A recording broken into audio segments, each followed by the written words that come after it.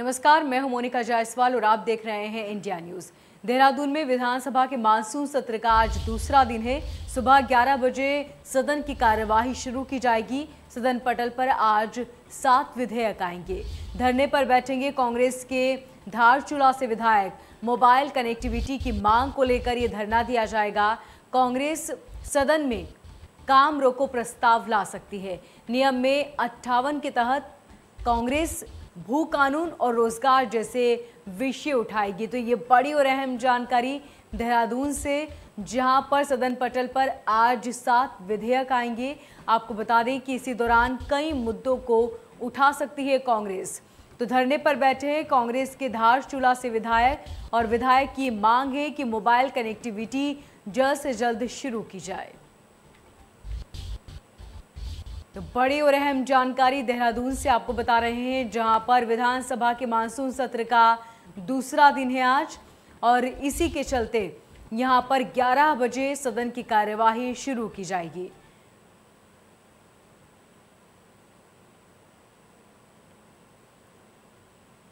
तो विधानसभा के मानसून सत्र का आज दूसरा दिन है और कांग्रेस के विधायक धारचूला से विधायक धरने पर बैठे हैं। उनकी मांग है कि मोबाइल कनेक्टिविटी की मांग जल्द पूरी की जाए। और इस खबर पर ज्यादा जानकारी के लिए हमारे संवाददाता सुभाष हमारे साथ जुड़ चुके हैं। सुभाष, जिस तरीके से आज मांग को लेकर ये धरना दिया जा रहा है, क्या कुछ लगता है आज क्या हालात होंगे?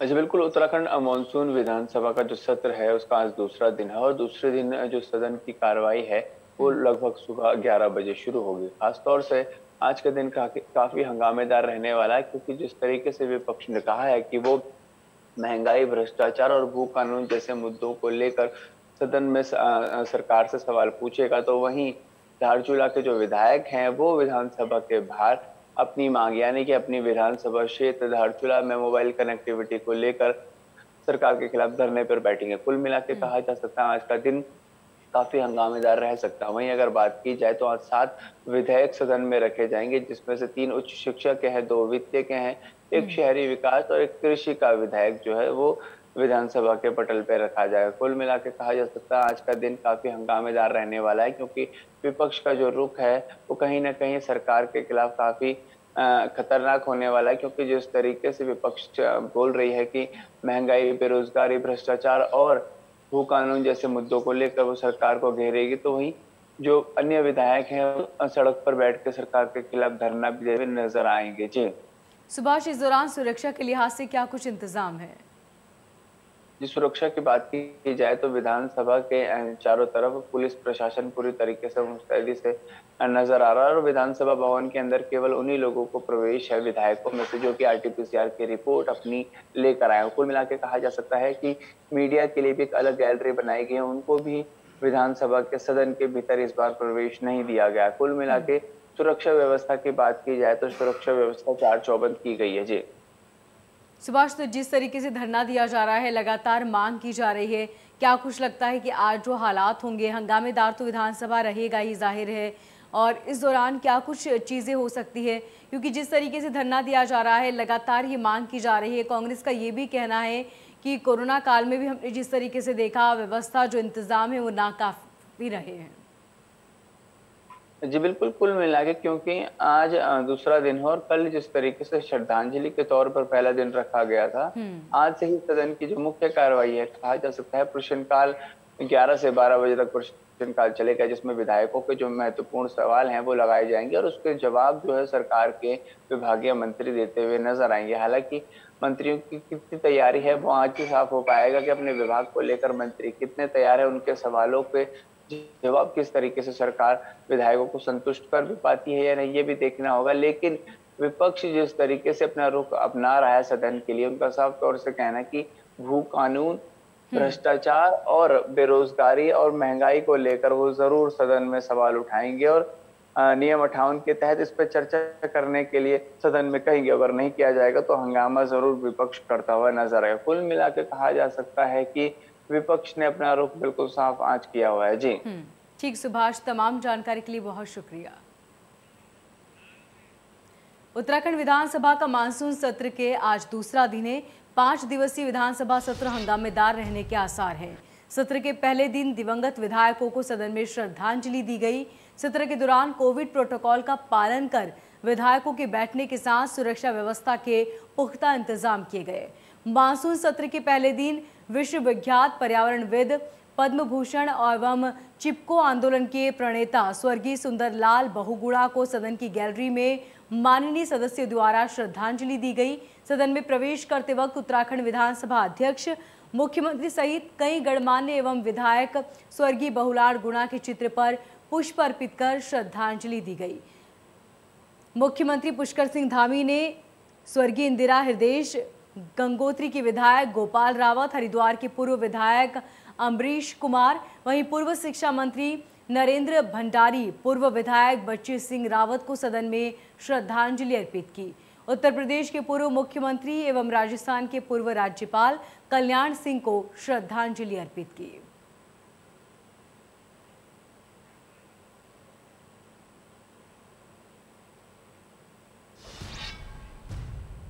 उत्तराखंड विधानसभा के मानसून सत्र का आज दूसरा दिन है।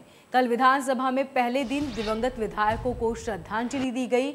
उपनेता प्रतिपक्ष करण माहरा ने कहा कि इस विधानसभा का ये आखिरी सत्र है और विधायकों को श्रद्धांजलि देने की वजह से तमाम महत्वपूर्ण कार्य नहीं हो पाए, इसलिए सत्ता पक्ष और विपक्ष के विधायकों को विधानसभा अध्यक्ष ने कहा कि बाद में सदन में पूरे एक दिन सतत विकास पर बातचीत की जाएगी।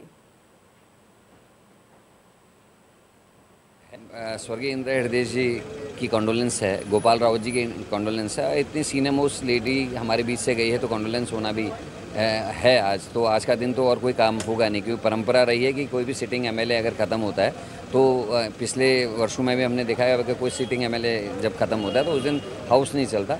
बस इतना ही एक था कि लगभग अंतिम विधानसभा है इस पंचवर्षीय की, और आज भी सोमवार के दिन हाउस नहीं चल रहा। जो मुख्यमंत्री से संबंधित विभाग है उनके प्रश्न आज भी खारिज हो जाएंगे और वो गंभीर विषय नहीं उठ पा रहे। विकास को लेके एक चर्चा का भी है और अध्यक्ष जी से हम लोगों की बात भी हुई है। इस पर एक दिन हम चर्चा का अलग से समय निकालने का उन्होंने आश्वासन दिया है।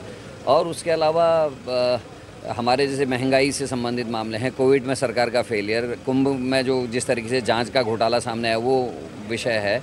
उसके अलावा बेरोजगारी है, महंगाई है, हमारे जो किसानों से संबंधित समस्याएं वो हैं, आशा बहनों के हड़ताल पे लगातार हैं, आंगनबाड़ी बहनें हड़ताल पे हैं, पुलिस की पे ग्रेड का मामला, ये सभी गंभीर विषय हैं। देवस्थानम बोर्ड है, भूमि के कानून को बनाने की बात है। ये सभी चीज़ों को लेकर हम लोगों की तैयारी है और हाउस में इस बार आपको अच्छा।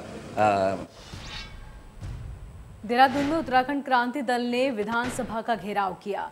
भारी संख्या में यूकेडी कार्यकर्ताओं ने घेराव किया। भू कानून समेत विभिन्न मांगों को लेकर ये घेराव किया गया।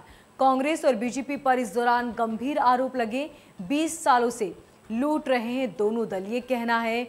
यहाँ पर तस्वीरें आप देख सकते हैं, विधानसभा का घेराव किया गया। उत्तराखंड क्रांति दल ने ये घेराव किया और लगातार उन्होंने ये मांगे की और साथ ही बीजेपी और कांग्रेस दोनों पर ही कई गंभीर आरोप लगाए। तो तस्वीरें आप देख सकते हैं, भारी संख्या में यूकेडी कार्यकर्ता जिन्होंने घेराव किया। भू कानून समेत विभिन्न मांगों को लेकर ये घेराव किया गया। तो वहीं चमोली में नीति बॉर्डर हाईवे पर भारी भूस्खलन हुआ। पहाड़ी से रुक रुक कर लगातार पत्थर गिर रहे हैं।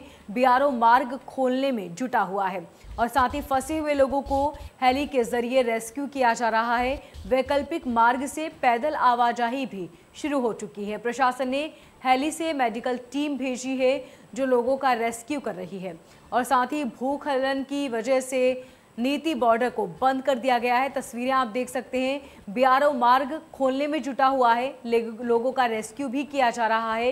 इसके साथ ही एक पैदल मार्ग है जिसके जरिए लोग वहां से निकल रहे हैं और तस्वीरें आप देख सकते हैं, हेलीपैड के जरिए लोगों का रेस्क्यू भी किया जा रहा है। जो लोग वहां पर फंसे हुए हैं उन्हें वैकल्पिक मार्ग से पैदल आवाजाही की शुरुआत की गई है और साथ ही इस मार्ग को पूरी तरीके से बंद कर दिया है क्योंकि भूस्खलन होने की वजह से लगातार छोटे बड़े पत्थर नीचे गिर रहे हैं। ऐसे में बड़ा हादसा हो सकता है। वहां फंसे लोगों का रेस्क्यू किया गया और साथ ही उस मार्ग को पूरी तरीके से बंद कर दिया। नीति बॉर्डर की ये तस्वीरें, जहां भारी भूस्खलन जारी है, रुक रुक कर पहाड़ों से पत्थर भी गिर रहे हैं। तो वहीं मसूरी में जेसीबी अनियंत्रित होकर खाई में जा गिरी। जेसीबी चालक गंभीर रूप से घायल हो गया। इस पूरे हादसे में एक की मौत हो गई, जबकि एक शख्स गंभीर रूप से घायल है, जिसे अस्पताल में भर्ती कराया गया। पुलिस ने शव को पोस्टमार्टम के लिए भेजा है। पाव रोड मसोन बैंड की ये पूरी घटना है। तस्वीरें आप देख सकते हैं। आपको बता दें कि इस रोड पर जेसीबी मशीन अनियंत्रित होकर खाई में जा गिरी। इस पूरे हादसे में एक व्यक्ति की मौत हो गई, जबकि एक व्यक्ति जो कि जेसीबी चालक है वो गंभीर रूप से घायल हो गया, जिसे अस्पताल में भर्ती कराया गया। उत्तराखंड सरकार ने पूरे प्रदेश को वैक्सीनेट करने के लिए दिसंबर माह तक का लक्ष्य रखा है, जिसे पूरा करने के लिए वृहद स्तर पर वैक्सीनेशन कार्यक्रम के आयोजन किए जा रहे हैं। राजधानी देहरादून की रायपुर विधानसभा के राजीव नगर में मुख्यमंत्री पुष्कर सिंह धामी ने एक वृहद वैक्सीन सेंटर की शुरुआत की। इस कार्यक्रम में केंद्रीय रक्षा मंत्री अजय भट्ट, स्वास्थ्य मंत्री डॉक्टर धन सिंह रावत और स्वास्थ्य विभाग के अधिकारी मौजूद रहे।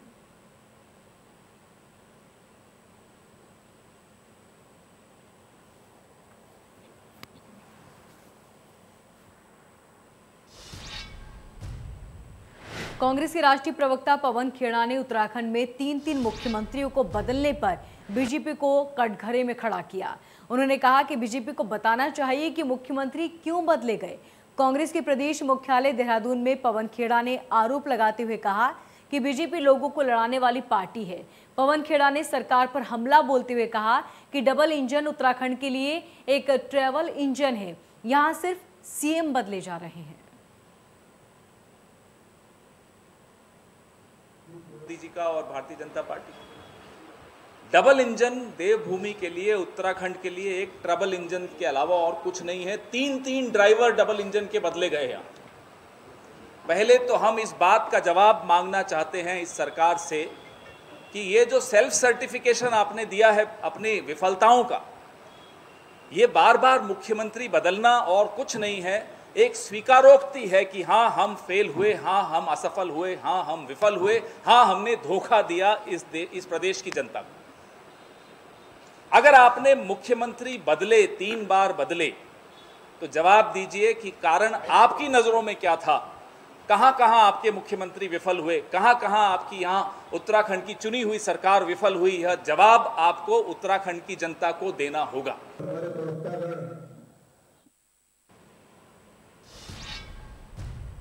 कांग्रेस प्रदेश अध्यक्ष बनने की बात पहली बार रुद्रप्रयाग पहुंचे कांग्रेस प्रदेश अध्यक्ष गणेश गोदियाल ने ऋषिकेश कर्णप्रयाग रेल लाइन निर्माण को लेकर एक बड़ा बयान दिया। कांग्रेस प्रदेश अध्यक्ष ने कहा कि ऋषिकेश कर्णप्रयाग रेल लाइन निर्माण की योजना कांग्रेस ने ममता बनर्जी के रेल मंत्री बनते हुए कार्य ये प्रारंभ किया था। आज बीजेपी के राज्य की सरकार केवल भाजपाइयों के उठाते हुए कहा कि क्या ये राज्य केवल भाजपाइयों के लिए बना है।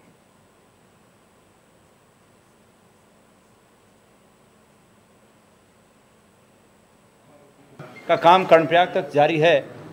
ये कांग्रेस की सरकार ने स्वीकृत किया। पूर्व में जब यूपीए 2 की सरकार थी और उस समय ममता बनर्जी रेल मंत्री थी, उस समय ये कार्य प्रारंभ हुआ, ये कार्य शुरू हुआ। आज ये कार्य चल रहा है, लेकिन भारतीय जनता पार्टी की राज्य की सरकार इसमें हस्तक्षेप करके सिर्फ भारतीय जनता पार्टी के लोगों को काम दे फैसिलिटेशन का काम कर रही है, उनको काम दिलाने के लिए बीच बचाव का काम कर रही है, हस्तक्षेप कर रही है और आम आदमी इससे त्रस्त है। क्या ये राज्य सिर्फ भारतीय जनता पार्टी के कार्यकर्ताओं के लिए बना? मैं पूछना चाहता हूँ। ये प्रदेश आम लोगों के लिए बना है। इस प्रदेश के आम लोगों ने इस प्रदेश के गठन के लिए, इस प्रदेश के अलग प्रदेश बनाने के लिए, उत्तराखंड राज्य के निर्माण के लिए खून पसीना बहाया है। और अब अगर सरकारें इस प्रकार सिर्फ अपने राजनीतिक सहयोगियों के लिए ही अगर इस प्रदेश का उपयोग करेंगी, उपभोग करेंगी यहाँ के संसाधनों का, तो ये हमारे आम लोगों के साथ अन्याय है।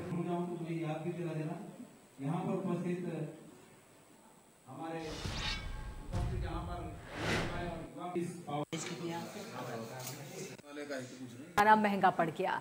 मसूरी नगर निगम परिषद द्वारा मसूरी कोतवाली में सरकारी संपत्ति पर पोस्टर लगाने वालों के खिलाफ शिकायत दर्ज की गई। इस पर पुलिस द्वारा तुरंत कार्रवाई करते हुए सार्वजनिक स्थानों पर पोस्टर लगाने वाले 3 लोगों को गिरफ्तार किया गया। पुलिस द्वारा की गई कार्रवाई को लेकर आम आदमी पार्टी के कार्यकर्ताओं में भारी आक्रोश है। उत्तराखंड आम आदमी पार्टी के प्रदेश प्रवक्ता नवीन ने नगरपालिका की शिकायत पर पुलिस द्वारा की गई कार्रवाई का कड़ा ऐतराज जताया। नवीन द्वारा आप कार्यकर्ताओं के साथ कोतवाली पहुंचे और जमकर हंगामा किया। ऐसे ही हमारे शीर्ष नेता माननीय अरविंद केजरीवाल जी ने उत्तराखंड की जनता जनार्दन की राय के बाद कर्नल कोश्याल जी को आने वाले विधानसभा चुनाव में आम आदमी पार्टी का मुख्यमंत्री चेहरा घोषित किया। ऐसे ही भारतीय जनता पार्टी और सरकार पूरी तरह से बौखला गई है, उनमें बेचैनी है। आपने देखा होगा कुछ जैसी बौखलाहट और उसी बेचैनी का नतीजा है कि आज भारतीय जनता पार्टी की सरकार इस निम्न स्तर पर उतर आई है कि जो हमने पोस्टर और बैनर लगाए हैं उनको उतार रही है और उनको लगाने वाले जो कार्यकर्ता हैं, जो लोग हैं, उन पर भी मुकदमा कर रही है। और मैंने कोतवाली से पता किया, कोतवाली को पता नहीं है कि कैसे हुआ, उन्होंने हमें एफआईआर नहीं दी। उनको जो पकड़े गए लोग थे वो उनको देहरादून ले जाया गया, जहां पर हमने अपनी टीम को उनकी बेल के लिए स्टैंड बाय कर दिया था पहले से। एसडीएम काशीपुर पर बार एसोसिएशन के सदस्यों के साथ अभद्रता करने के आरोप पर वकीलों ने एसडीएम के विरुद्ध मोर्चा खोलते हुए कार्य बहिष्कार का ऐलान किया। वकीलों ने एसडीएम कार्यालय पहुंचकर एसडीएम अंकाशा वर्मा के खिलाफ जोरदार नारेबाजी की। इससे पूर्व अधिवक्ताओं ने बार भवन में हंगामेदार बैठक में चेतावनी देते हुए कहा कि अधिवक्ताओं के साथ अक्सर अभद्रतापूर्ण पेश आने वाली एसडीएम काशीपुर आकांक्षा वर्मा को न केवल अपने व्यवहार में तब्दीली लानी चाहिए बल्कि तमाम अधिवक्ताओं की मौजूदगी में उन सभी अधिवक्ताओं से माफी मांगनी चाहिए।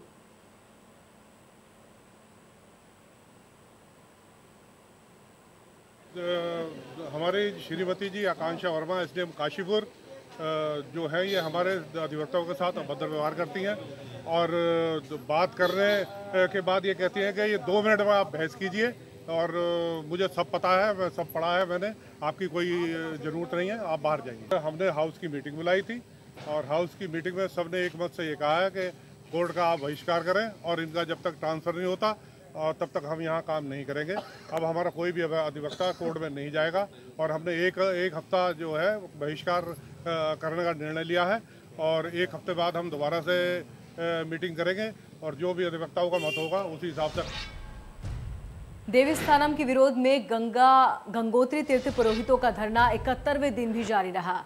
वहीं गंगोत्री पुरोहित परमानंद सेमवाल का कहना है कि सरकार को चेतावनी देना चाहता हूं कि 71 दिन से जो हमारा प्रदर्शन चल रहा था और हमें नहीं लग रहा है कि इस पर कोई भी विचार किया जा रहा है और सरकार हमें लॉलीपॉप दे रही है।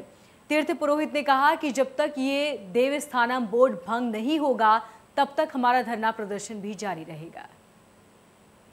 ये 4 धाम बोर्ड के विरोध में हमारे तीर्थ पुरोहितों का 71वां दिन संपन्न हुआ और मैं सरकार को ये चेतावनी देना चाहता हूँ कि विगत 70 दिनों से जो हमारे कार्यक्रम चल रहा था उस पर मुझे लग रहा है इस पर किसी प्रकार का कोई अमल नहीं किया गया। हाँ, ये है कि गोली पर गोली जरूर दी जा रही है। पहले त्रिवेंद्र, उसको हटाया, फिर धामी, फिर तीरथ सिंह जी, फिर धामी जी, फिर ये लॉलीपॉप देते देते आज फिर जो है आपने जो आपके अध्यक्ष बने हैं सुप्रीम कमेटी के माननीय ध्यानी जी, अब उनको दिया गया है और उन्होंने स्पष्ट कह दिया कि बोर्ड भंग नहीं होगा और हम तब तक नहीं मानेंगे जब तक बोर्ड भंग नहीं होगा। ये 4 धाम बोर्ड के कुमाऊं में डेंगू ने दस्तक दे दी है। पहला मामला अल्मोड़ा से सामने आया जहां डेंगू का मरीज हल्द्वानी के सुशीला तिवारी अस्पताल में भर्ती है जहां उसका इलाज चल रहा है। डेंगू का मामला आने के बाद जिला प्रशासन अलर्ट हो चुका है और बेस अस्पताल में डेंगू वार्ड बनाने की तैयारी चल रही है, जबकि सुशीला तिवारी अस्पताल में 30 बेड का डेंगू वार्ड बनाया जा चुका है। डीएम के मुताबिक जिले के हर सरकारी अस्पताल में एक डेंगू वार्ड तैयार किया जाएगा। इसके अलावा मेडिकल की एक टीम को डेंगू लिहाज से तैयार किया जा रहा है जो कि जलभराव वाले स्थानों की मॉनिटरिंग करेगा और उन जगहों से मेडिकल छिड़काव भी करेगा ताकि डेंगू के मरीजों में कमी देखी जाए। लार्ज स्केल पर हम लोग अब अभियान चला रहे हैं, केवल गौजा जाली में ही नहीं और उसके पूरे ज़िले में जिन जिन क्षेत्रों में आशंका रहती है कि जल भराव की स्थिति आएगी और ख़ासकर ये प्लेन्स के एरियाज़ में रामनगर हो, कालाडूंगी हो, हमारा लाल कुआं हो और हल्द्वानी का क्षेत्र है, तो वहाँ पर सोर्स रिडक्शन पर हम लोग काम करेंगे। और ये एहतियात के तौर पे आज हमारी टीम भी चली गई होगी मेडिकल की। अब नगर निगम के अलावा ग्रामीण क्षेत्रों में जितने भी हमारे ग्राम विकास अधिकारी हैं, पटवा। इस बुलेटिन में फिलहाल इतना ही। लगातार खबरों को जानने के लिए देखते रहिए इंडिया न्यूज़।